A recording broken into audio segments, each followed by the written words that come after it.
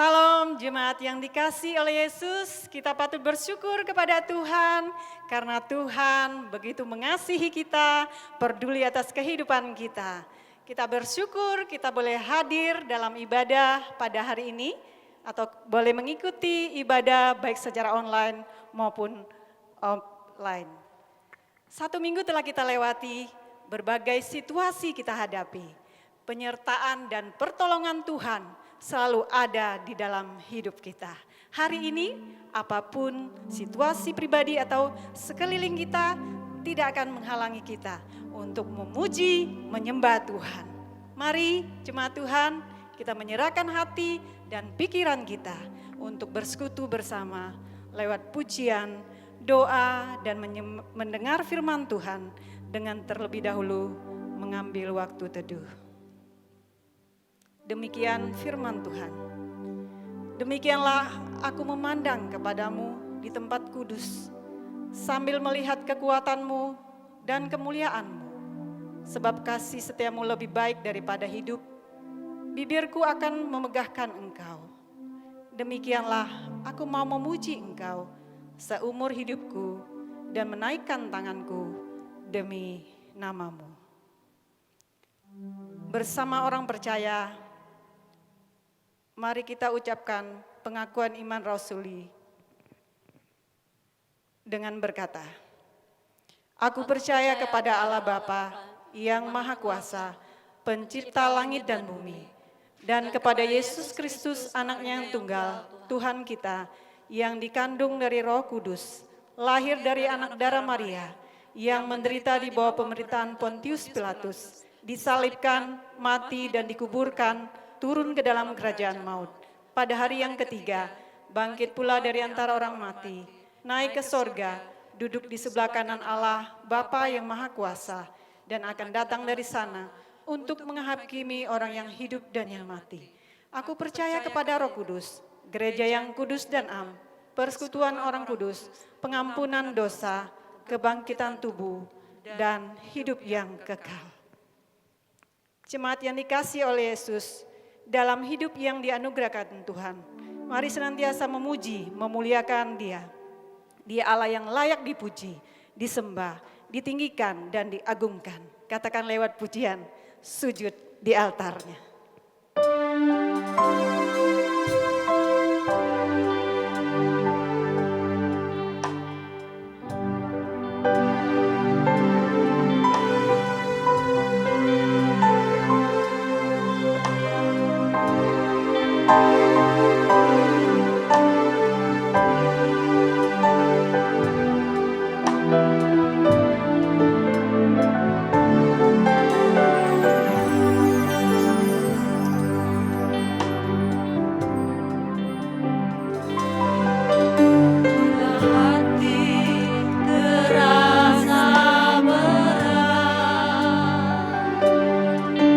Tak seorang pun mengerti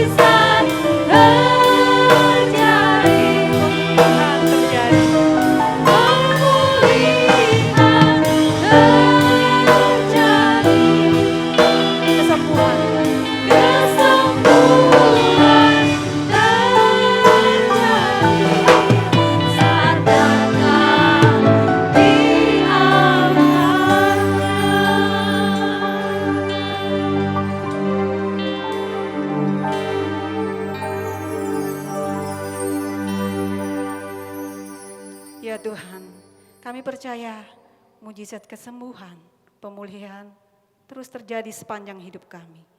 Dalam setiap tantangan, pergumulan yang kami alami, yang telah kami lewati, Engkau tetap pertolongan dan harapan kami. Engkaulah satu-satunya Allah, Allah yang bertata di dalam kerajaan surga, Allah yang penuh belas kasihan, juru selamat kami. Engkau Allah yang kami percayai. Terpujilah nama-Mu Tuhan.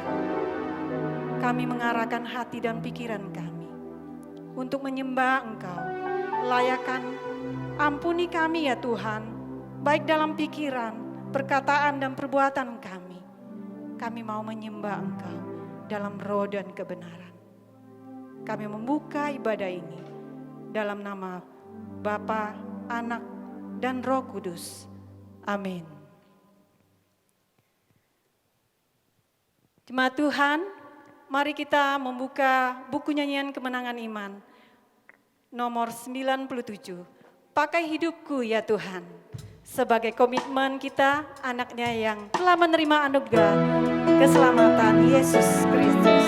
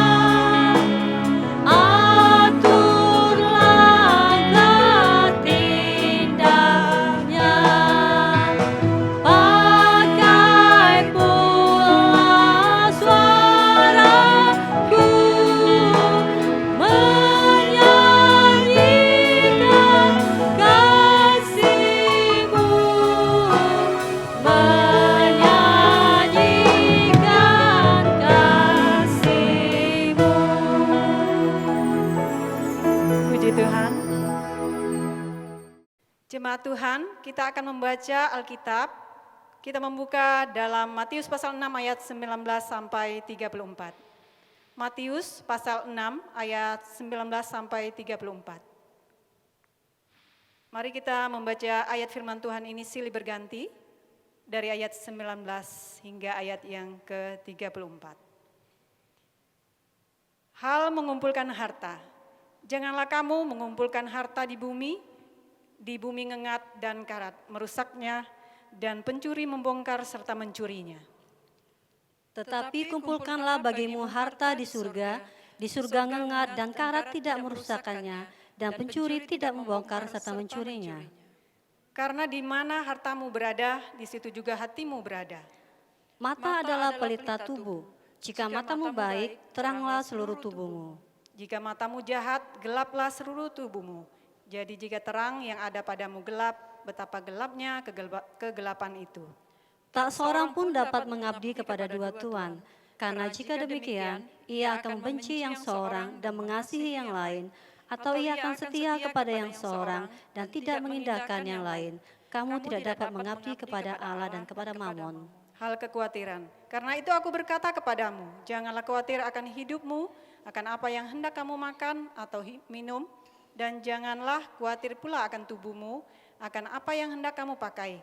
Bukankah hidup itu lebih penting daripada makanan, dan tubuh itu lebih penting daripada pakaian? Pandanglah burung-burung di langit yang tidak menabur dan tidak menuai, dan tidak mengumpulkan bekal dalam lambung, namun diberi makan oleh Bapamu yang di surga. Bukankah kamu jauh melebihi burung-burung itu? Siapakah di antara kamu yang karena kekhawatirannya dapat menambahkan sehasta saja pada jalan hidupnya? Dan mengapa kamu khawatir akan pakaian? Perhatikanlah bunga bakung di ladang yang tumbuh tanpa bekerja dan tanpa memintal. Namun aku berkata kepadamu, Salomo dalam segala kemegahannya pun tidak berpakaian seindah salah satu dari bunga itu. Jadi jika demikian Allah mendandani rumput di ladang yang hari ini ada dan besok dibuang ke dalam api, tidakkah Ia akan terlebih lagi mendandani kamu, hai orang yang kurang percaya?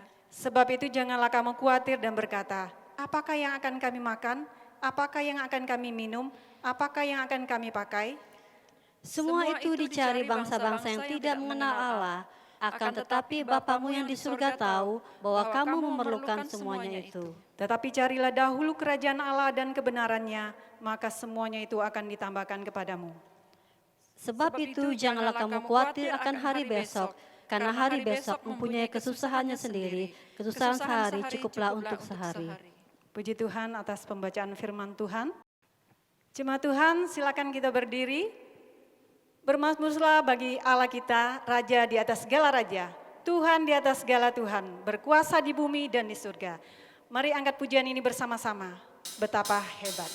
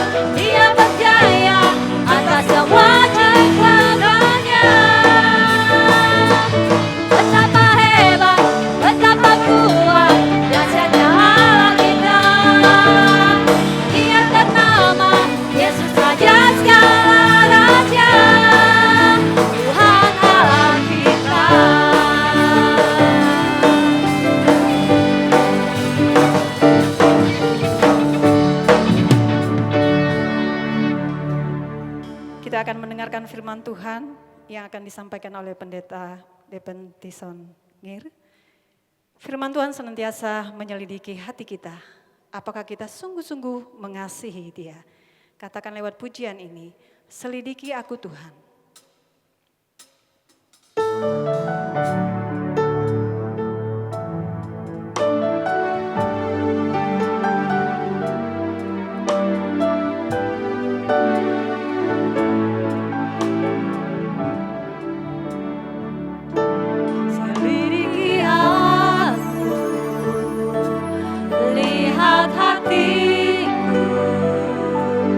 Apakah ku sungguh mengasihimu, Yesus, Kau yang Maha Tahu dan menilai hidupku, tak ada yang bagi. Sekali lagi katakan sedikit aku. Sedikit Lihat hatiku, apakah ku sungguh mengasihimu, Yesus, Kau yang Maha tahu dan menilai hidupku, tak ada yang tersembunyi bagimu. Aku lihat kebaikan-Mu yang tak pernah habis di hidupku. Ku berjuang sampai akhirnya Kau dapati aku tetap setia. katakan Selidiki aku, lihat hatiku, apakah ku sungguh mengasihimu, Yesus, Kau yang Maha tahu dan menilai hidupku, tak ada yang tersembunyi bagimu. Telah kulihat kebaikan-Mu yang tak pernah habis di hidupku. Ku berjuang sampai akhirnya Kau dapati aku tetap setia. Telah kulihat kebaikan-Mu yang tak pernah habis di hidupku. Ku berjuang sampai akhirnya Kau dapati aku tetap setia. Kau dapati aku tetap setia.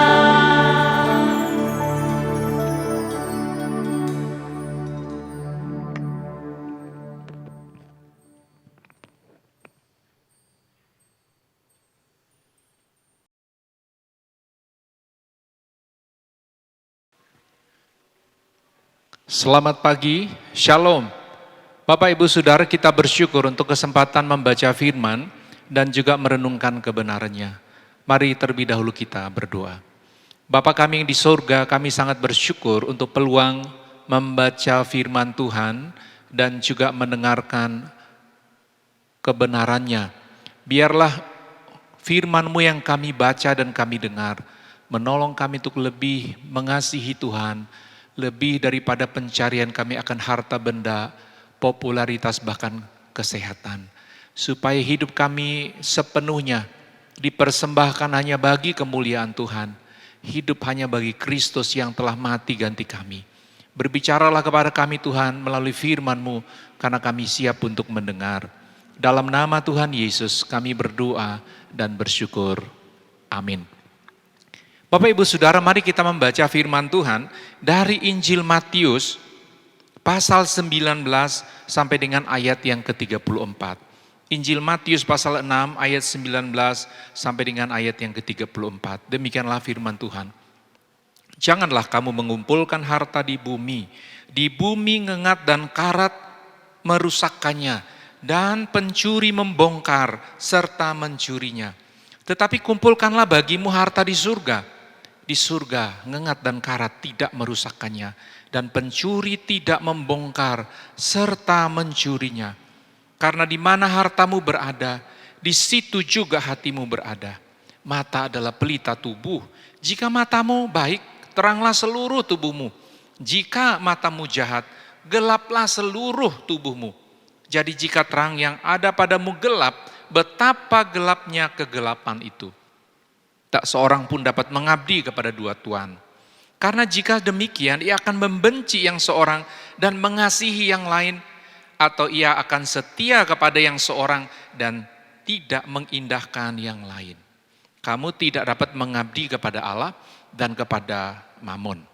Karena itu aku berkata kepadamu, janganlah khawatir akan hidupmu, akan apa yang hendak kamu makan atau minum. Dan janganlah khawatir pula akan tubuhmu, akan apa yang hendak kamu pakai. Bukankah hidup itu lebih penting daripada makanan, dan tubuh itu lebih penting daripada pakaian? Pandanglah burung-burung di langit yang tidak menabur dan tidak menuai, dan tidak mengumpulkan bekal dalam lumbung, namun diberi makan oleh Bapamu yang di surga. Bukankah kamu jauh melebihi burung-burung itu? Siapakah yang di antara kamu yang karena kekhawatirannya dapat menambahkan sehasta saja pada jalan hidupnya? Dan mengapa kamu khawatir akan pakaian? Perhatikanlah bunga bakung di ladang yang tumbuh tanpa bekerja dan tanpa memintal.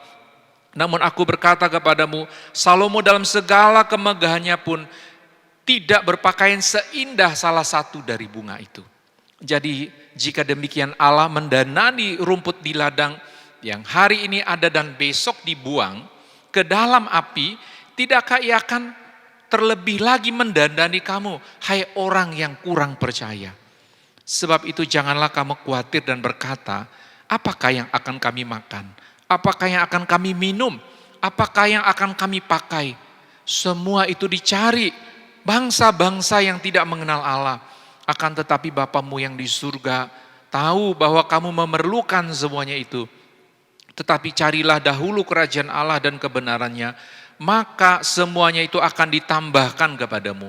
Sebab itu janganlah kamu khawatir akan hari besok, karena hari besok mempunyai kesusahannya sendiri. Kesusahan sehari cukuplah untuk sehari. Bapak Ibu, sepanjang bulan April dan bulan Mei, kita berbicara mengenai cara hidup anak-anak Tuhan menurut ajaran Yesus. Bapak Ibu, di sepanjang bulan April dan juga mengawali minggu pertama pada bulan Mei ini, Bapak Ibu, kita melihat cara hidup anak-anak Tuhan menurut ajaran Yesus, khususnya pada minggu ini dari Matius pasal 6 ayat 19 sampai 34, yaitu sikap yang benar terhadap harta dan kekhawatiran. Bapak Ibu Saudara, Yesus berkata, janganlah kamu mengumpulkan harta di bumi. Alasannya karena ngengat dan karat merusakkannya. Pencuri membongkar dan mencurinya. Ini sangat bisa dipahami dengan cepat ya Bapak Ibu ya. Memang kita tahu di dunia yang namanya harta bisa rusak ya. Dan yang kedua bisa juga terlepas dari tangan kita oleh karena ada pencuri. Kalau dalam kisah ini disebut pencuri bongkar mencuri. Kan ini bicara mengenai perampok datang ngambil barang di rumah orang begitu. Tapi sekarang Bapak Ibu kita tahu juga bahwa harta kita tidak sepenuhnya aman. Meskipun kita mungkin ada tabungan ya di bank, atau kita investasi dalam bentuk-bentuk investasi yang bahkan mungkin memang sesuatu bentuk investasi yang benar, bukan investasi bodong begitu ya.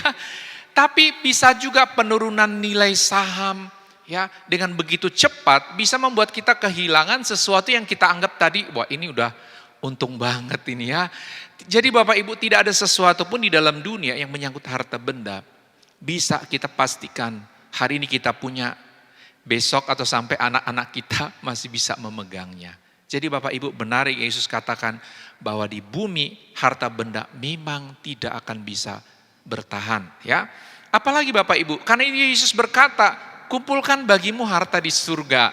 Alasannya di surga ngengat dan karat tidak merusakkannya dan pencuri tidak membongkar serta mencurinya. Nah Bapak Ibu, mungkin kita bilang, apakah ini maksudnya bahwa Yesus mendorong kita untuk tidak usah mengelola harta benda kita di bumi? Kalau punya gaji begitu ya udah habisin aja, nggak usah simpen sama sekali ya. Kalau ada tanah ya udah dijual aja semua. Ada emas ya jangan disimpan begitu. Jual terus ya udah keliling-keliling dunia, bersantai begitu ya. Pokoknya nikmati aja. Nggak usah disimpan, nggak usah diinvestasi, nggak usah dikembangkan. Apakah Yesus bermaksud demikian? Pada waktu dia berkata bahwa harta di bumi bisa rusak dan bisa hilang. Seperti ada juga orang yang kadang karena kecewa, misalnya ada yang menanam ya, kalau di kampung menanam buah misalnya. Nah pas berbuah, ternyata nggak sempat dipanen sama dia, ada orang lain yang lebih rajin ya, dipanen duluan begitu. Kadang-kadang ada yang bilang, aduh nyesal, mending saya nggak usah nanem ya, daripada saya yang tanam, orang lain yang panen begitu. Atau kalau ada yang melihara ya, mungkin ternak begitu ya, terus dicuri orang. Kadang-kadang merasa, lebih bagus saya nggak usah pelihara daripada saya pelihara diambil orang terus menyesal begitu. Nah, Bapak Ibu, kadang-kadang juga kita mungkin merasa, ya udah kalau gitu nggak usah investasi ya, nggak usah kembangkan aset kita, nggak usah nanam apa-apa, tidak usah kembangkan bisnis begitu. Tetapi kita yakin Bapak Ibu, Yesus tidak bermaksud demikian. Sama juga Bapak Ibu, apakah Yesus bermaksud bahwa kita simpan harta di surga, misalnya sering orang bilang udah kita beri persembahan, nanti di surga kita terima kembali ya. Kasih uang di dunia gitu, nanti di surga kita dapat uang lagi begitu, emas perak ya, berapa kali lipat ganda di surga. Bapak Ibu, kita tahu bahwa Petrus pun pernah bertanya demikian kepada Yesus. Waktu dia berkata, ini kami sudah tinggalkan semua. Kita tahu Petrus nelayan kan, tinggalkan semua. Maksudnya pekerjaan dia, hasil-hasil dari nelayan. Dan apa yang Yesus katakan? Bahwa dapat kali lipat. Dan bicara mengenai surga, Yesus bilang nanti di surga dapat hidup kekal. Nah mungkin kita berpikir, apakah berarti yang ditinggalkan oleh Petrus dan teman-temannya sebagai nelayan nanti terima lagi di surga begitu dalam bentuk harta, benda. Bapak Ibu, kalau kita membaca gambaran tentang surga, jalannya terbuat dari emas dan semua batu permata yang indah-indah itu jadi hanya hiasan biasa begitu. Jadi kemuliaan surga tak terbandingkan dengan harta benda. Jadi kalau Yesus bicara mengenai kumpulkan bagimu harta di surga, kita tahu bahwa ini tidak dimaksudkan nanti bahwa apa yang Bapak Ibu beri persembahan begitu ya. Lalu nanti engkau dan saya kita terima dalam bentuk misalnya berapa lipat kali ganda emas ya, permata ya. Lagi pula untuk apa itu di surga Bapak Ibu ya, dalam kemuliaan surga tidak ada satu harta benda pun yang kita anggap hebat hari ini dapat menggantikan atau menjadi harapan kita yang lebih hebat daripada apa yang Yesus sudah beri kepada kita. Itu apa? Keselamatan jiwa kita hidup dalam surga mulia di dalam hadirat Tuhan kekal selama-lamanya. Nah, kalau begitu Bapak Ibu, apa sebenarnya dan maksud dari Yesus mengatakan bahwa kumpulkanlah bagimu harta di surga? Ternyata Bapak Ibu, kuncinya ada di dalam ayat 21. Yesus berkata demikian. Karena di mana hartamu berada, di situ juga hatimu berada. Ada lagunya ini Bapak Ibu ya. Karena di mana hartamu berada, di situ juga hatimu berada. Kumpulkanlah bagimu harta di surga. Di surga ngengat dan karat tidak merusakkannya. Dan pencuri tidak membongkar serta mencurinya. Jadi Bapak Ibu, Yesus tidak mengajarkan bahwa kita tidak mengurus harta benda kita. Yesus juga tidak melarang kita untuk investasi dan kembangkan apa yang memang sudah dipercayakan kepada kita menyangkut harta dunia. Karena di dalam Alkitab kita juga melihat ada banyak contoh di mana para bapak leluhur mereka juga punya harta benda. Ada ternak ya dan hasil ladang yang berlimpah. Bahkan dalam kitab Amsal juga kita diajarkan untuk mengelola aset yang ada. Rajin bekerja, mengumpulkan di saat panen dan menyimpan untuk menghadapi masa yang susah. Jadi persoalannya adalah bahwa ini menyangkut hati kita. Bahwa di mana harta kita berada, di situ hati kita berada. Jadi Bapak Ibu, sebagaimana 1 Timotius 6 ayat 10 berkata demikian, karena akar segala kejahatan ialah cinta uang. Sebab oleh memburu uanglah beberapa orang telah menyimpang dari iman dan menyiksa dirinya dengan berbagai-bagai duka. Jadi ini yang Yesus maksudkan, bahwa jangan hati kita sedemikian terikat kepada pengejaran harta benda di dunia, sehingga menyimpang dari iman. Meninggalkan kepercayaan kepada Yesus.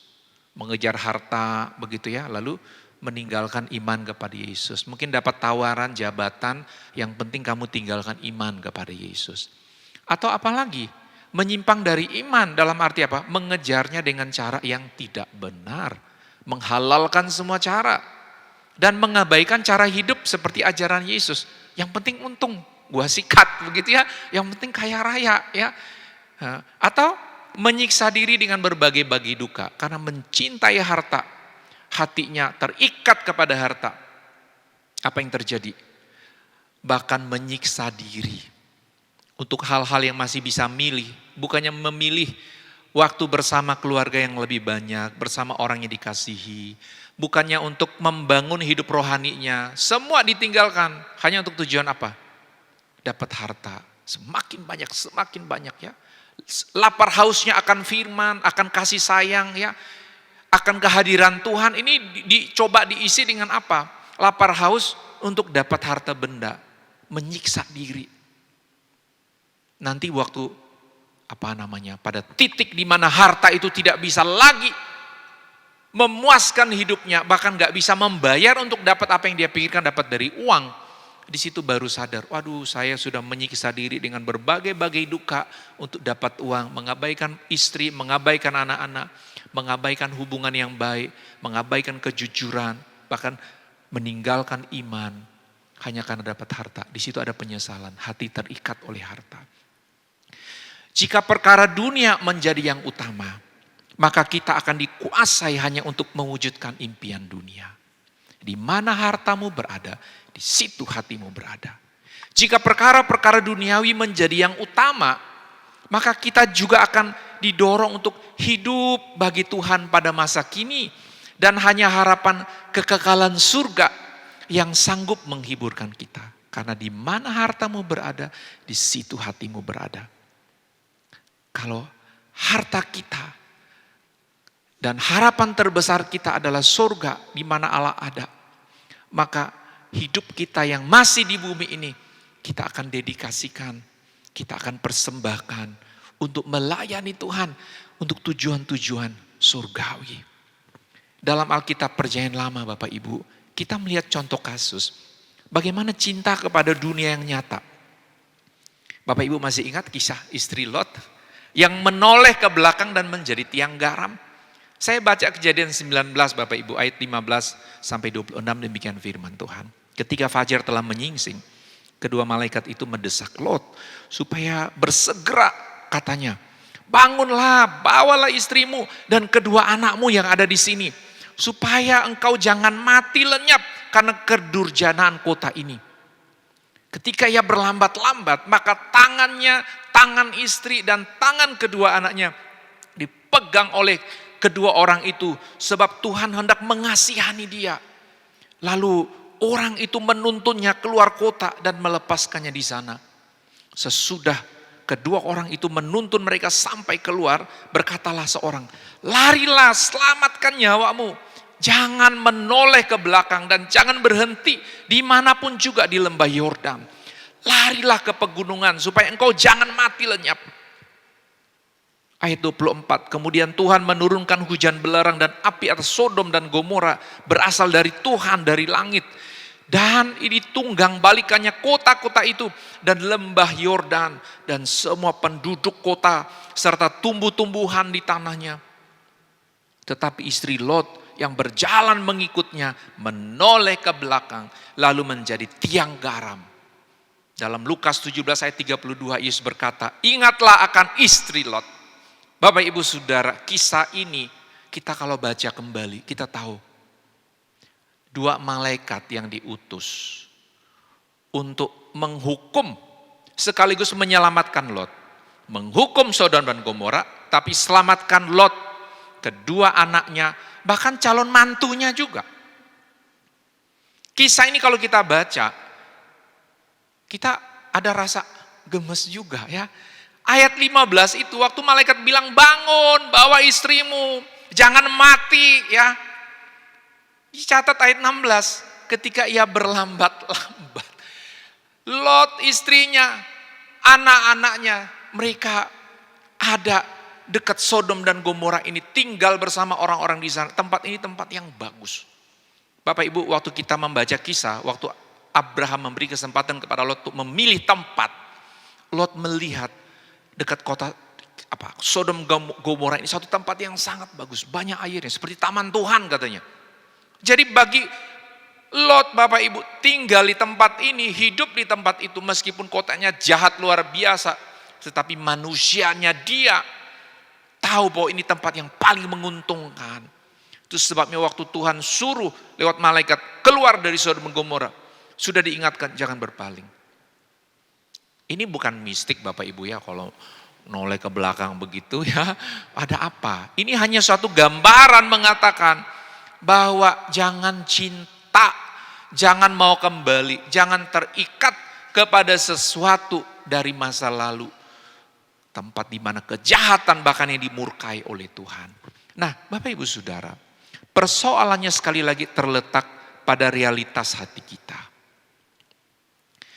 Contoh atau kisah dari Lot ini, yaitu istrinya berpaling ke belakang melihat Sodom dan Gomora yang sedang dihukum, adalah sebuah gambaran tentang cinta istri Lot kepada apa yang dimiliki di Sodom dan Gomora. Lihatlah juga bagaimana Abraham waktu dipanggil keluar dari Ur Kasdim, ia harus terus menuju Kanaan dan tidak boleh kembali. Waktu Israel juga dibawa keluar dari Mesir, perbudakan Mesir, Allah juga mendorong terus Israel untuk meneruskan perjalanan menuju tanah perjanjian, Kanaan. Dan jangan rindu pulang, dan jangan pernah minta tolong kepada Mesir. Bapak Ibu, ini adalah suatu gambaran yang kuat agar kita yang telah ditebus dari dosa, pertama kita harus mengabdikan diri kita kepada Allah dan bukan kepada harta atau mamon. Firman Tuhan berkata dalam ayat yang ke-24, tak seorang pun dapat mengabdi kepada dua Tuhan. Karena jika demikian ia akan membenci yang seorang dan mengasihi yang lain. Atau ia akan setia kepada yang seorang dan tidak mengindahkan yang lain. Kamu tidak dapat mengabdi kepada Allah dan kepada mamon. Bapak Ibu, mamon di sini adalah sebuah transliterasi dari kata Aram, mamona, yang arti biasanya ialah kejayaan atau keuntungan. Tapi Kristus atau Yesus melihat di dalam kata ini keinginan yang tamak, yang menuntut seluruh hati manusia, dan dengan demikian mengasingkan orang itu dari Allah. Jika seorang memiliki sesuatu, sebenarnya sesuatu itu memiliki dia juga. Jika seseorang memiliki sesuatu, sebenarnya sesuatu itu juga memiliki dia. Jadi pada waktu orang merasa, wah ini milikku, ini punya saya, ya aku cinta harta milikku, ya dia merasa aku bermilik, aku memilikinya. Sebenarnya pada sisi yang sama, kebendaan itu, material itu, mamon itu juga menguasai dia. Bapak Ibu, ini yang Yesus katakan, bahwa kita tidak boleh mengabdikan diri kita kepada mamon, harusnya hanya kepada Allah. Dan yang kedua, sepenuhnya kita harus mengasihi Bapa, dan meskipun kita masih hidup dalam dunia, namun kita tidak mencintai dunia. Sebagaimana 1 Yohanes pasal 2 ayat 15 sampai 17 berkata demikian. 1 Yohanes 2 ayat 15 sampai 17. Janganlah kamu mengasihi dunia dan apa yang ada di dalamnya. Jikalau orang mengasihi dunia, maka kasih akan Bapa tidak ada di dalam orang itu. Sebab semua yang ada di dalam dunia, yaitu keinginan daging dan keinginan mata serta keangkuhan hidup, bukan berasal dari Bapa, melainkan dari dunia. Dan dunia ini sedang lenyap dengan keinginannya, tetapi orang yang melakukan kehendak Allah tetap hidup selama-lamanya. Jadi Bapak Ibu, sebagaimana kita tidak mau diduakan, ya. Engkau yang anak muda ya, enggak mau diduakan. Wah, ya. Kadang saya juga bingung, ya. Ada yang masih pacaran sudah bilang, kok enggak jadi, dia selingkuh Pak. Ya ampun ya, pacaran aja pakai selingkuhan ya. Bapak Ibu Saudara, orang pacaran saja tidak mau diduakan. Padahal juga bikin apa sih dia, ya? Ada pengorbanan? Ya enggak ada. Orang tua yang korban bagi dia, ya. Kalau kita bicara ibu mengandung, ya. Berkorban waktu melahirkan itu hidup dan mati. Tapi kadang-kadang mungkin anak putrinya pada saat disuruh milih antara cowok yang begini sama ibunya, pasti lebih ngejar yang cowoknya begitu ya. Padahal kalau bicara pengorbanan harusnya lebih dengar tuh mamanya dia, ya. Pertimbangkan bagus-bagus ya. Kalau memang ada unsur yang benar ya. Kadang-kadang meninggalkan iman hanya karena kekasih ya. Tetapi ini masukkan di sini adalah seharusnya untuk orang yang paling berkorban ganti kita, siapa dia? Pribadi Yesus. Dia layak menerima seluruh hidup kita, seluruh cinta kita, seluruh kekuatan kita, potensi masa muda kita untuk Yesus yang sudah mati untuk kita. Itu sebabnya visi gereja ini kita adalah gereja yang hidup bagi Kristus. Gereja itu siapa? Kita, orang-orang yang sudah diselamatkan. Kita mau living for Christ, kita mau hidup bagi Kristus. Dan dia layak menerima dedikasi itu. Karena itu Bapak Ibu, kalau kita sudah sepenuhnya mempersembahkan hidup kita, mau mengasihi Allah, bukan mau hidup mendedikasikan hidup untuk harta benda, maka hal-hal yang Yesus katakan dalam Matius 6 ayat 25 sampai 34 tentang kekhawatiran ini Bapak Ibu, kita bisa mendapat kemenangan. Yesus berkata dalam ayat 25, karena itu aku berkata kepadamu, janganlah kamu khawatir akan hidupmu, akan apa yang hendak kamu makan atau minum, dan janganlah khawatir pula akan tubuhmu, akan apa yang hendak kamu pakai. Bukankah hidup itu lebih penting daripada makanan, dan tubuh itu lebih penting daripada pakaian. Bapak Ibu, karena kita hidup untuk tujuan kekekalan yaitu surga. Meskipun kita hidup di dalam dunia, kita ada kebutuhan untuk harta, keuangan, untuk menjalani hidup, membiayai hidup, bukan hidup untuk dapat harta. Kita harus percaya penuh bahwa Bapa di surga, dia memelihara hidup kita. Sehingga Yesus berkata, jangan khawatir akan hidup, jangan khawatir akan tubuhmu. Karena meskipun dalam ayat 32 dikatakan, semua itu dicari bangsa-bangsa yang tidak mengenal Allah. Akan tetapi Bapa yang di surga tahu bahwa kamu memerlukan semuanya itu. Kita mulai dengan kepastian ini. Bapa kita yang di surga, itu Allah penuh belas kasihan. Kita punya dua ayah. Ada Bapa di bumi, tapi jangan lupa kita ada Bapa di surga. Bapa di bumi bisa gagal, Bapa di surga tidak bisa gagal.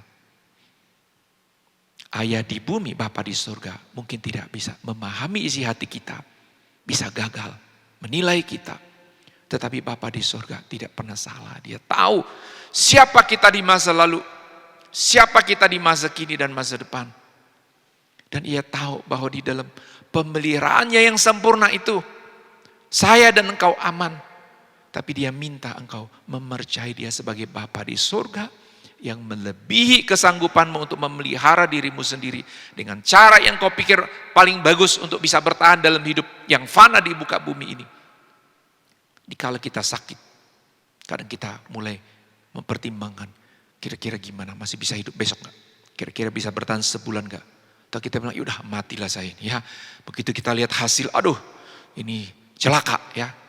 Bapak Ibu, kita wajar memang menghadapi pertanyaan-pertanyaan seperti itu. Tetapi jangan lupa pada waktu kita menghadapi kenyataan bahwa kita bisa mati. Kita bisa menderita karena situasi ini. bahkan dalam pergumulan jangka panjang, atau dalam mungkin mengurus orang yang kita kasihi, antara hidup dan mati setiap hari. Tapi jangan lupa, ingatlah satu kepastian ini, bahwa Bapa di surga, Bapamu di surga, Dia adalah pemilik hidupmu. Engkau dan saya, kita akan selalu baik-baik saja di dalam tangan Bapa yang mengasihi kita. Lebih daripada itu, engkau akan jatuh di dalam kekhawatiran. Engkau akan mencoba mengandalkan dirimu. Engkau coba menguasai situasi yang memang kau nggak bisa kendalikan. Di situ kekhawatiran menekan, engkau akan habis-habisan dalam pikiran dan hati. Jatuh bangun, ya, tidak bisa bangkit. Kenapa? Kita mengandalkan diri kita yang lemah. Kita bisa berubah-ubah dalam perasaan kita. Tapi mari kita melihat kepada kepastian yang tak berubah. Bahwa Bapa di surga mengasihi kita. Dan waktu situasi semakin buruk sekalipun, kita ada di dalam tangan Bapa. Yesus berkata, tetapi carilah dahulu kerajaan Allah dan kebenarannya, maka semuanya itu akan ditambahkan kepadamu. Hal terbaik adalah waktu kita telah menerima Yesus, pemilik kerajaan, dan mengizinkan Yesus memerintah hidup kita, Allah memerintah hidup kita. Kita jadi anak Tuhan, kita mau taat kepada Tuhan. Setelah itu apa? Kita mau hidup dalam kebenaran. Hal-hal yang lain yang dicari oleh dunia, itu hanya tambahan. Seringkali orang pikir, ya udah saya mau setia melayani nanti supaya kalau kerja lebih gampang dapat kerja. Terus kalau saya rajin kebaktian pelayanan, nanti ujian Senin saya lulus tes pegawai negeri. Kalau saya persepuluhan saya, pokoknya rajinlah ya bikin yang baik-baik. Nanti bisnis saya lebih berkembang. Kalau saya lakukan ini, nanti jadi kepala semua. Bapak Ibu, seringkali kita mengukur apa? Berkat Tuhan, kebaikan Bapak kita atas dasar apa? Kemakmuran, kesuksesan, kesehatan, yang Tuhan sendiri tidak janjikan seperti itu Bapak Ibu. Yang pasti yang Tuhan janjikan kepada kita waktu kita percaya menerima anugerah, dosa-dosa kita diampuni. Dia menjamin keselamatan kita. Selama hidup singkat dalam dunia, kita ada tugas menjadikan semua bangsa muridnya. Kita memuliakan Dia. Hidup sesuai standar Tuhan. Menyaksikan akan Dia. Dan sampai akhir zaman, Dia menyertai kita dalam penugasan ini. Tidak ada janji bahwa hidup bertabur bunga, ada lagunya itu ya. Dan Tuhan tidak pernah janji bahwa kita akan selalu sehat. Tuhan juga tidak pernah janji, pokoknya kalau percaya saya, mati tidak kecelakaan, mati tidak sakit penyakit, matinya tenang, dijemput malaikat begitu ya. Langsung sudah siap tangan begitu ya, udah pakai jas ya. Seolah-olah Bapak Ibu, segala sesuatu dalam kontrol kita begitu ya.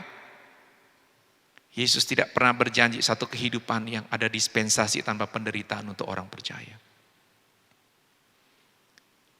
Kalau ada Bapak Ibu dengar janji begitu, itu bukan janji Tuhan Yesus. Yesus sudah bilang kita harus pikul salib. Ada penderitaan dalam rangka apa? Kita tetap hidup memuliakan di dalam keadaan susah dan suka. Tetapi waktu mengalami tekanan hidup yang berat, ada kekuatan dari Roh Kudus menolong kita di dalam kelemahan, tetap memuliakan Dia. Bapak Ibu, pandemi ini kita tidak tahu kapan berakhir. Kadang setiap hari kita dapat berita, supaya kita tetap pakai masker, tetap bertindak hati-hati, bertanggung jawab untuk diri kita dan orang lain. Tapi yang sering kita dapat, sisi lainnya apa Bapak Ibu? Bahaya terus menerus. Kita harus seimbang, kita lakukan bagian kita, berhati-hati. Tapi tetap jaga hati, supaya jangan kekhawatiran ini membuat engkau sampai tidak bisa aktivitas, depresi, dan apa yang terjadi Bapak Ibu? Kita kehilangan rasa syukur dan kesanggupan untuk melakukan hal-hal yang harus kita jalani sepanjang waktu. Yesus berkata, sebab itu janganlah kamu khawatir akan hari besok.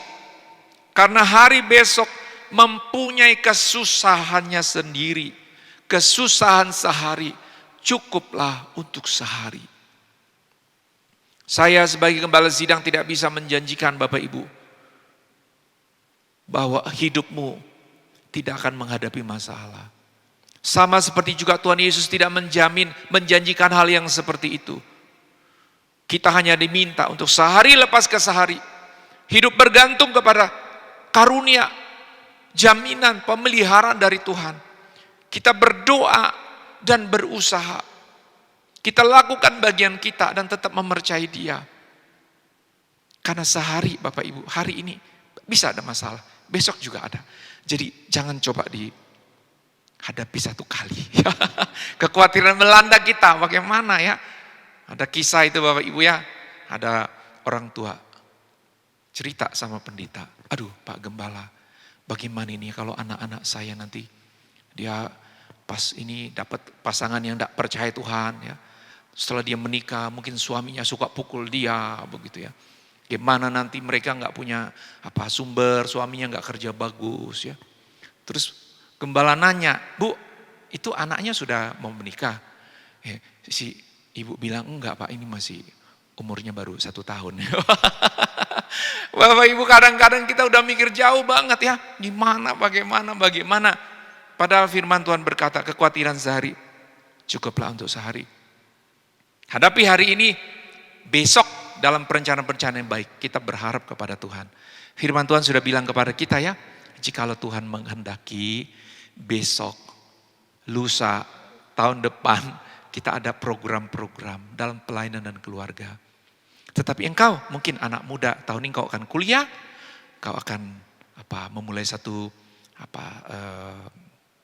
tinggal di kota yang baru, tapi ya juga nggak bisa pastikan, ini masih pandemi, tapi tetap berharap, planning, lakukan bagianmu, doa dan perencanaan. Jangan berhenti. Tapi tetap bilang, jikalau Tuhan menghendaki, jikalau Tuhan buka jalan. Tuhan akan menyertai engkau dan saya, dan dalam jaminannya saja. Soal harta, jangan hidup untuk mengejar harta. Jangan lupa surga. Dan kalau kekhawatiran melanda untuk hal-hal yang menyangkut dunia ini, percaya kepada penyediaan Tuhan, lakukan bagianmu, dan biarlah hadapi sehari lepas ke sehari. Kita saling mendoakan, saling menguatkan, saling menghiburkan. Mari kita berdoa. Bapa, kami percaya hidup kami di muka bumi bukan untuk selama-lamanya. Banyak hal bisa terlepas dari hidup kami. Harta benda, kesehatan, nama baik, hubungan sekalipun. Banyak dan kemungkinan bisa hilang, terlepas dari hidup kami. Kami menderita, kami kecewa, kami putus asa. Tapi Engkau mendorong kami untuk tahu bahwa ada surga dan surga. Bahwa panggilan surgawi adalah yang terbesar dalam hidup kami. Dan selama kami hidup singkat di dalam dunia ini, kami harus mendedikasikan hidup kami sepenuhnya hanya untuk Engkau. Dan bukan untuk mencapai popularitas, keinginan dunia, keangkuhan dunia, kebanggaan dunia. Dan kalau ada kekhawatiran ketika hal itu seperti kami tidak dapatkan, ajar kami untuk mempercayai Engkau sebagai Bapa yang baik. Bapa yang penuh belas kasihan, Bapa pemelihara hidup kami.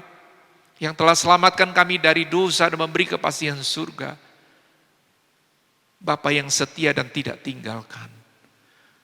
Kiranya hari ini jikalau ada hati yang lemah, baik pribadi, keluarga, Tuhan mau kuatkan kembali untuk lebih mempercayai Engkau daripada mempercayai diri sendiri dan pengharapan hanya kepada harta benda. Terima kasih Bapa, di dalam nama Tuhan Yesus kami sudah berdoa dan bersyukur. Amin.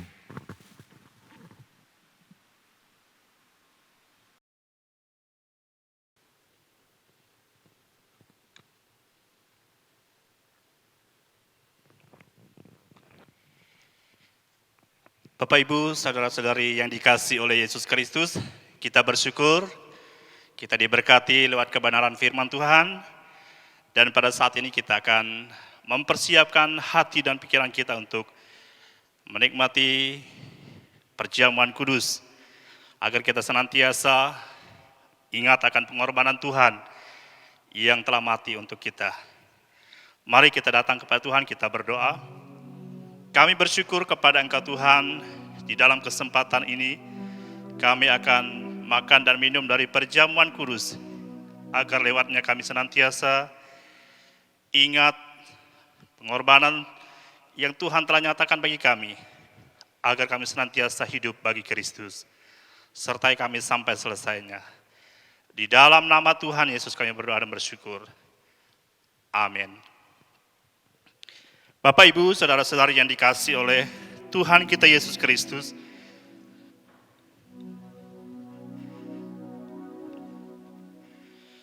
Tuhan Yesus telah memberikan dua ketetapan yang sangat penting bagi kita. Yang pertama, apabila seorang percaya dan menerima Yesus sebagai Tuhan dan Juru Selamatnya, maka Yesus Kristus memerintahkan kita untuk membaptiskannya dalam nama Bapa, Anak, dan Roh Kudus sebagai tanda bahwa ia adalah murid atau pengikut Yesus Kristus. Yang kedua, apabila orang-orang yang telah menjadi murid Yesus Kristus berkumpul, ia memerintahkan kita untuk makan dan minum dari perjamuan kudus, sebagaimana peringatan akan apa yang telah dilakukannya di kayu salib bagi keselamatan manusia. Sesuai dengan perintah Tuhan Yesus, kita akan makan dan minum dari perjamuan Tuhan, sebagaimana dinyatakan dalam firman Tuhan dari Injil Lukas pasal 22 mulai ayat 15. Demikian firman Tuhan. Katanya kepada mereka, "Aku sangat rindu makan Paskah ini bersama-sama dengan kamu sebelum aku menderita. Sebab aku berkata kepadamu, aku tidak akan memakannya lagi sampai ia beroleh kegenapannya dalam kerajaan Allah." Kemudian ia mengambil sebuah cawan, mengucap syukur, lalu berkata, "Ambillah ini dan bagikanlah di antara kamu. Sebab aku berkata kepada kamu, mulai dari sekarang ini aku tidak akan minum lagi hasil pokok anggur, sampai kerajaan Allah telah datang." Lalu ia mengambil roti, mengucap syukur, memecah-mecahkannya, dan memberikannya kepada mereka, katanya, "Inilah tubuhku yang diserahkan bagi kamu. Perbuatlah ini menjadi peringatan akan aku." Demikian juga dibuatnya dengan cawan sesudah makan. Ia berkata, "Cawan ini adalah perjanjian baru oleh darahku yang ditumpahkan bagi kamu." Nah, dari apa yang Tuhan Yesus nyatakan lewat kebenaran firman Tuhan ini, jelaslah bagi kita bahwa perjamuan kudus atau perjamuan suci ini adalah lambang dari apa yang telah ia lakukan di kayu salib sebagai sebuah peringatan yang mendorong kita menjadi saksi atas kematian dan kebangkitannya. Tuhan Yesus tidak pernah memerintahkan untuk melakukan dengan tujuan yang lain, dan juga tidak pernah menyatakan bahwa roti dan cawan akan menjadi tubuh dan darah Yesus yang sesungguhnya. Karena pengorbanannya telah terjadi hanya satu kali saja dan tidak akan terulang lagi. Jemaat yang dikasihi oleh Yesus Kristus, jadi sebelum kita makan dan minum dari perjamuan suci ini, mari kita mengambil bagian agar kita senantiasa hidup bagi Kristus dalam perjamuan Tuhan, dan agar melalui perjamuan kudus ini, saudara-saudara memperoleh berkat sesuai dengan kehendak Allah. Mari kita menguji diri kita sendiri.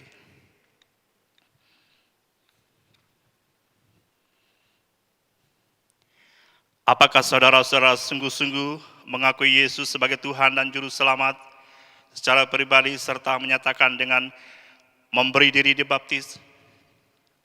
Apakah saudara-saudara senantiasa hidup bagi Kristus dengan menjauhkan diri dari dosa serta tetap hidup dalam kekudusan? Apakah saudara-saudara bertekad menjadi saksi Kristus dan serta siap mempersembahkan segala milik saudara menjadi alat dalam tangannya untuk memperluas kerajaan Allah? Jika saudara-saudara menjawab iya di dalam hati, mari kita berdoa secara pribadi. Bersyukur atas keselamatan yang telah kita miliki, memperoleh dari pengorbanan Yesus Kristus, seraya mengakui segala dosa yang telah kita lakukan karena ketidaktaatan pada firman Allah. Mari kita berdoa secara pribadi.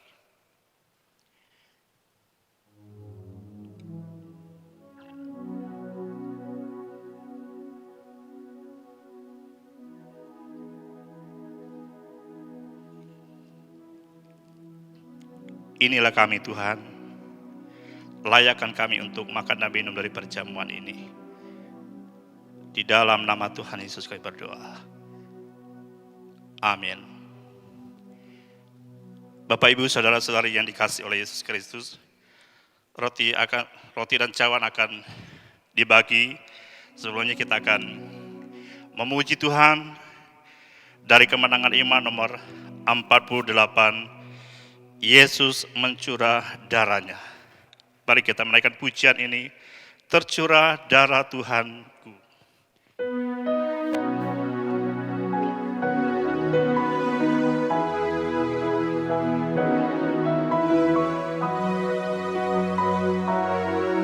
Tercurah darah. Tercurah darah Tuhanku di bukit Golgota, yang mau bertobat ditebus, terhapus dosanya, terhapus dosanya, terhapus dosanya,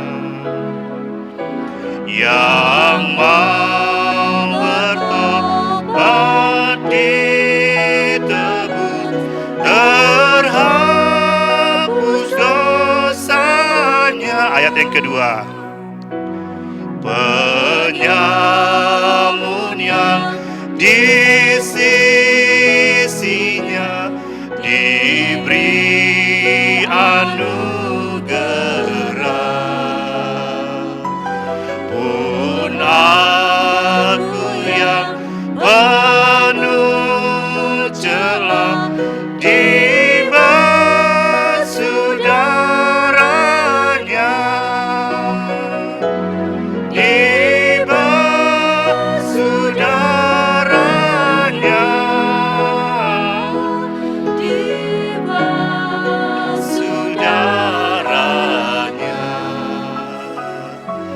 pun aku yang penuh celah dibasuh darahnya. Puji nama Tuhan. Mari Bapak Ibu, saudara-saudari, kita mempersiapkan makan dan minum dari perjamuan kudus ini.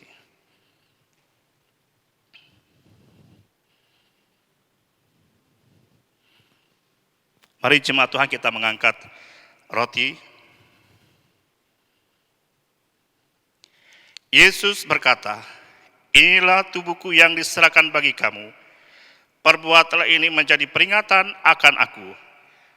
Mari kita makan bersama-sama.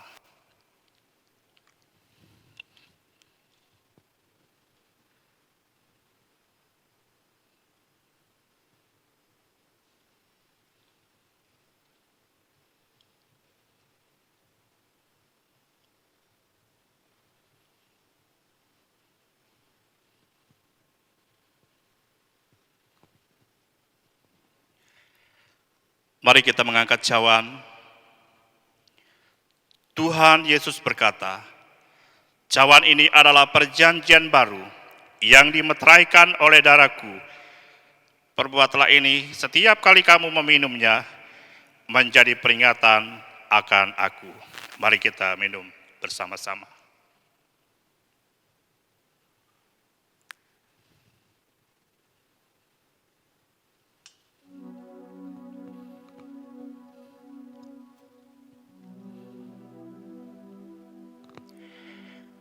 Sebab setiap kali kamu memakan roti dan minum cawan ini, kamu memberitakan kematian Tuhan sampai Ia datang. Mari kita berdoa. Kami bersyukur kepada Engkau Tuhan. Kami sudah makan dan minum dari perjamuan kudus ini. Kiranya Roh Kudus yang sudah dimeteraikan di dalam setiap pribadi kami sebagai orang yang percaya kepada Engkau, agar kami senantiasa ingat pengorbanan yang telah menyelamatkan kami, agar kami setia hidup bagi Kristus sampai Tuhan datang menjemput kami, membawa kami masuk dalam surga yang mulia. Terima kasih Tuhan. Di dalam nama Tuhan Yesus kami berdoa dan bersyukur. Haleluya. Amin. Demikian acara perjamuan kudus pada pagi hari ini. Tuhan Yesus memberkati kita.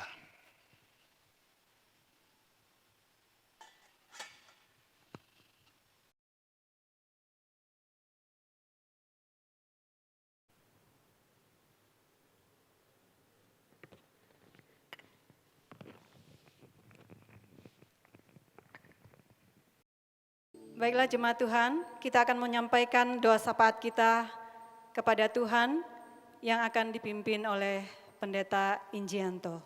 Dipersilakan.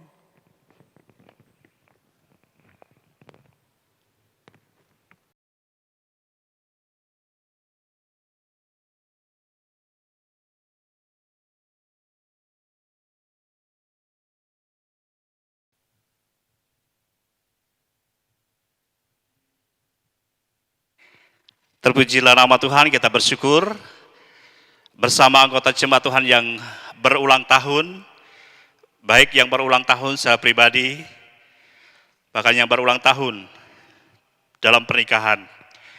Saya akan membacakan saudara-saudari yang berulang tahun. Weni Rizky Pratiwi, Charles Apri Marjeson, Filipus, Albert Abigail, Aprila, Aprilin, Priscilla, Julius Siau, Curel Kalisto, Jesse Dorti, Miko Riano Messi, Hasantan, Nicole, Stefani Setiawan, Andrea Susilo, Sukarsi, Jumaidi Jalung, Mikael Mentan, yang berulang tahun pernikahan, Tony Kastis dan Kastia, Yosep Senti dan Dewi Siana, Maison Apuy dan Aprila, Parno dan Jumida, Barnabas L dan Maiti, Pranki F. J. Faat, dan Setiana Ngang, Rainar Edward, dan Serliani. Selamat ulang tahun, Tuhan Yesus memberkati. Mari kita datang kepada Tuhan, kita berdoa. Kami bersyukur kepada Engkau Tuhan, kebenaran firman Tuhan yang telah meneguhkan, yang mengingatkan kami. Dan pada saat ini kami bersyukur bersama anggota jemaat Tuhan yang berulang tahun. Sebagaimana Tuhan telah menuntun kehidupan mereka sepanjang hari-hari yang telah mereka jalani, sepanjang tahun yang mereka telah lewati, dan mereka memasuki tahun baru dalam kehidupan mereka, dalam keluarga mereka. Kami percaya, kami berdoa dalam nama Tuhan Yesus. Tuhan sertai, Tuhan memberkati, beri hati yang selalu mengandalkan Tuhan dalam kehidupan mereka, agar mereka tetap setia, tetap taat, semakin hari semakin mengandalkan Tuhan dalam hidup mereka. Dan kami berdoa juga untuk keutuhan bangsa dan negara kami, serta pemimpin bangsa dan negara kami, agar mereka dapat menjalani tugas dan tanggung jawab mereka untuk membangun bangsa dan negara kami. Dan kami berdoa juga untuk TNI dan Polri yang ada. Agar bangsa dan negara kami aman dan tentram, dan kami sebagai orang yang percaya dengan penuh leluasa untuk menyembah dan memberitakan kabar tentang keselamatan di dalam Yesus Kristus. Dan pada saat ini juga kami tetap mendoakan anggota jemaat Tuhan yang ada dalam keadaan sakit.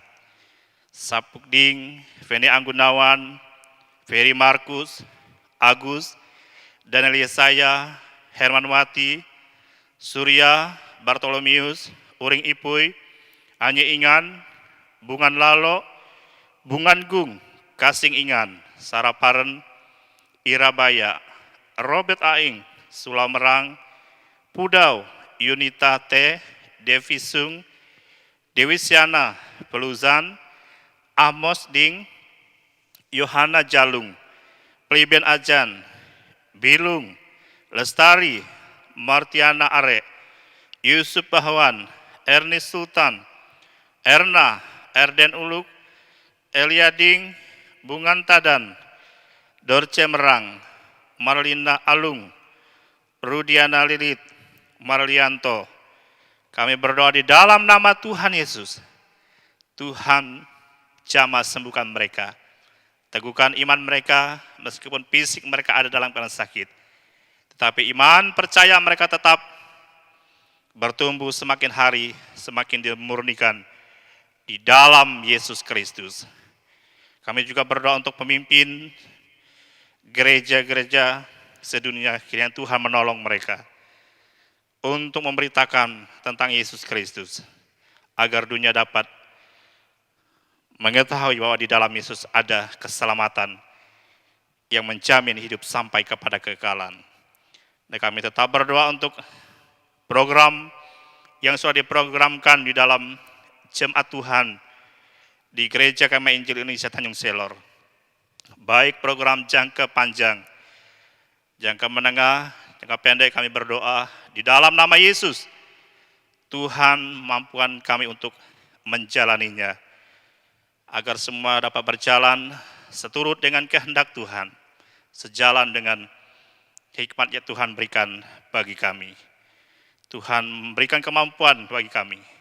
Dan kami berdoa juga untuk segenap kehidupan jemaat Tuhan sepanjang sepekan yang akan datang.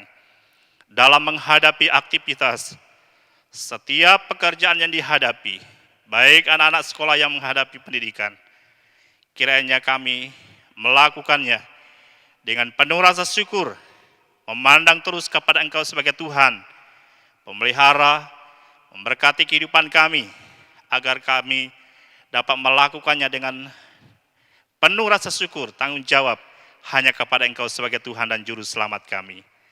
Terima kasih Tuhan Yesus, terima kasih Bapa di surga.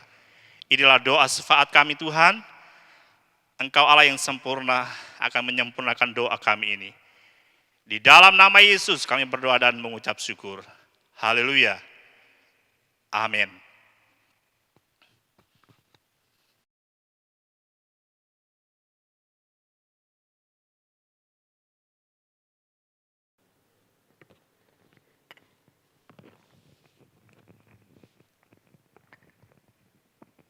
Jemaat Tuhan yang dikasihi oleh Yesus, kita akan memberikan persembahan kita kepada Tuhan. Namun sebelumnya, mari kita berdoa. Bapa di surga, terima kasih buat berkat-berkat-Mu yang melimpah dalam kehidupan kami. Bukan hanya berkat secara materi, tetapi terlebih hidup dalam anugerah kami diselamatkan. Berkati setiap tangan yang memberi maupun yang belum sempat memberi pada hari ini. Kami menyerahkan persembahan ini dengan penuh ucapan syukur dalam nama Tuhan Yesus. Amin. Menyanyi dari buku nyanyian Kemenangan Iman nomor 194, Genap hartaku kuserahkan.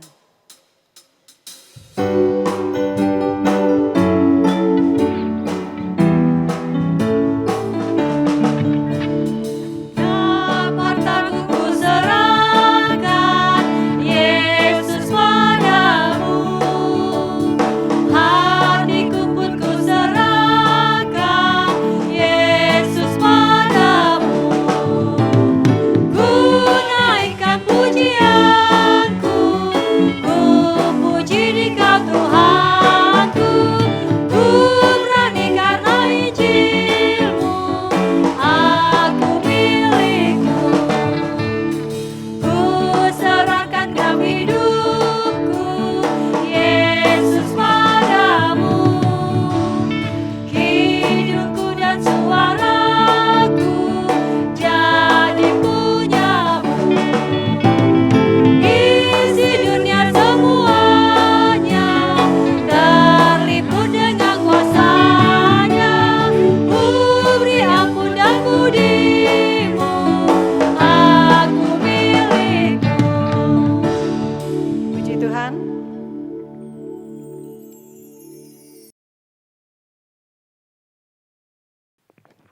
Jemaat yang dikasihi oleh Yesus, kita akan kembali ke aktivitas kita masing-masing.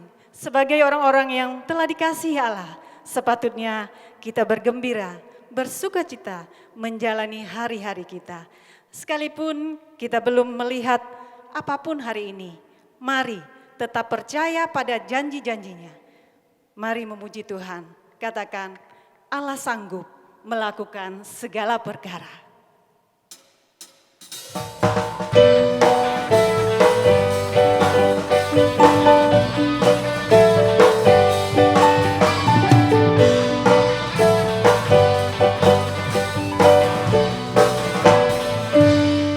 Apa yang tak pernah dilihat mata, yang tak pernah didengar telinga, yang tak pernah timbul di dalam hati, semua disediakannya bagi yang mengasihi Dia. Apa yang tak pernah dilihat mata, yang tak pernah didengar telinga, tak pernah timbul di dalam hati, semua disediakannya bagi yang mengasihi Dia. Allah sanggup melakukan segala perkara, dulu, sekarang, dan selamanya. Kuasanya tak berubah. Allah sanggup melakukan segala perkara, dulu, sekarang, dan selamanya. Kuasanya tak berubah.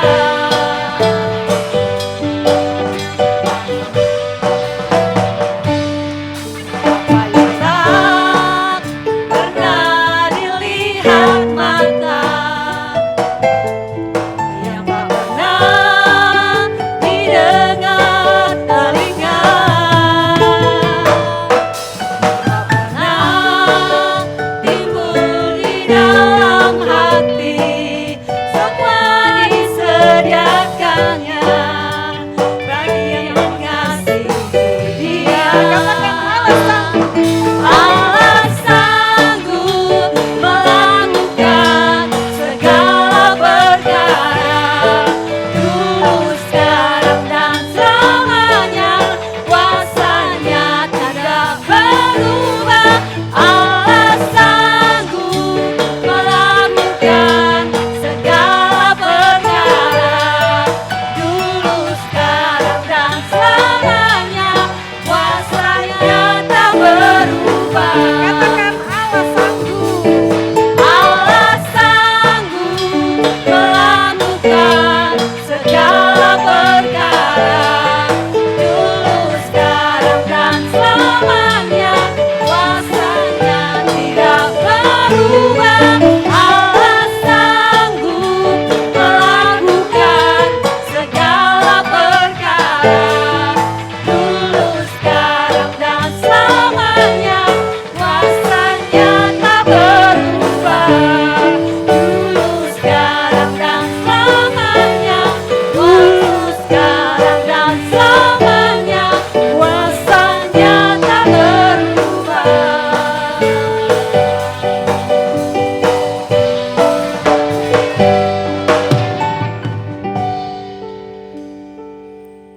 Haleluya. Itulah ungkapan kami lewat pujian kepada Engkau Tuhan. Engkau Allah yang sanggup melakukan segala perkara.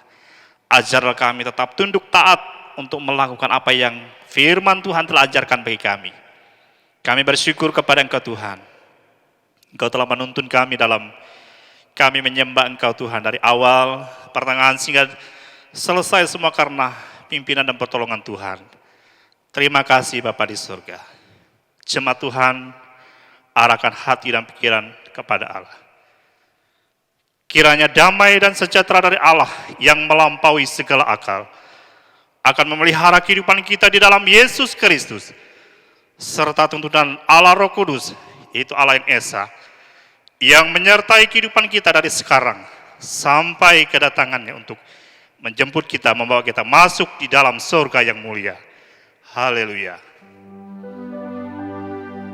Puji Allah, pohon berkat. Puji Dia, segenap bumi. Di surga pun memuji-Mu. Bapa, Anak, dan Roh Kudus. Amin.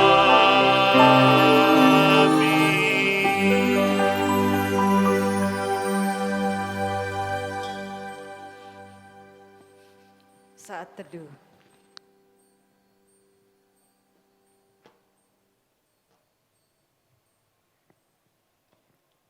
Jemaat yang dikasihi oleh Yesus, demikian ibadah kita pada siang ini.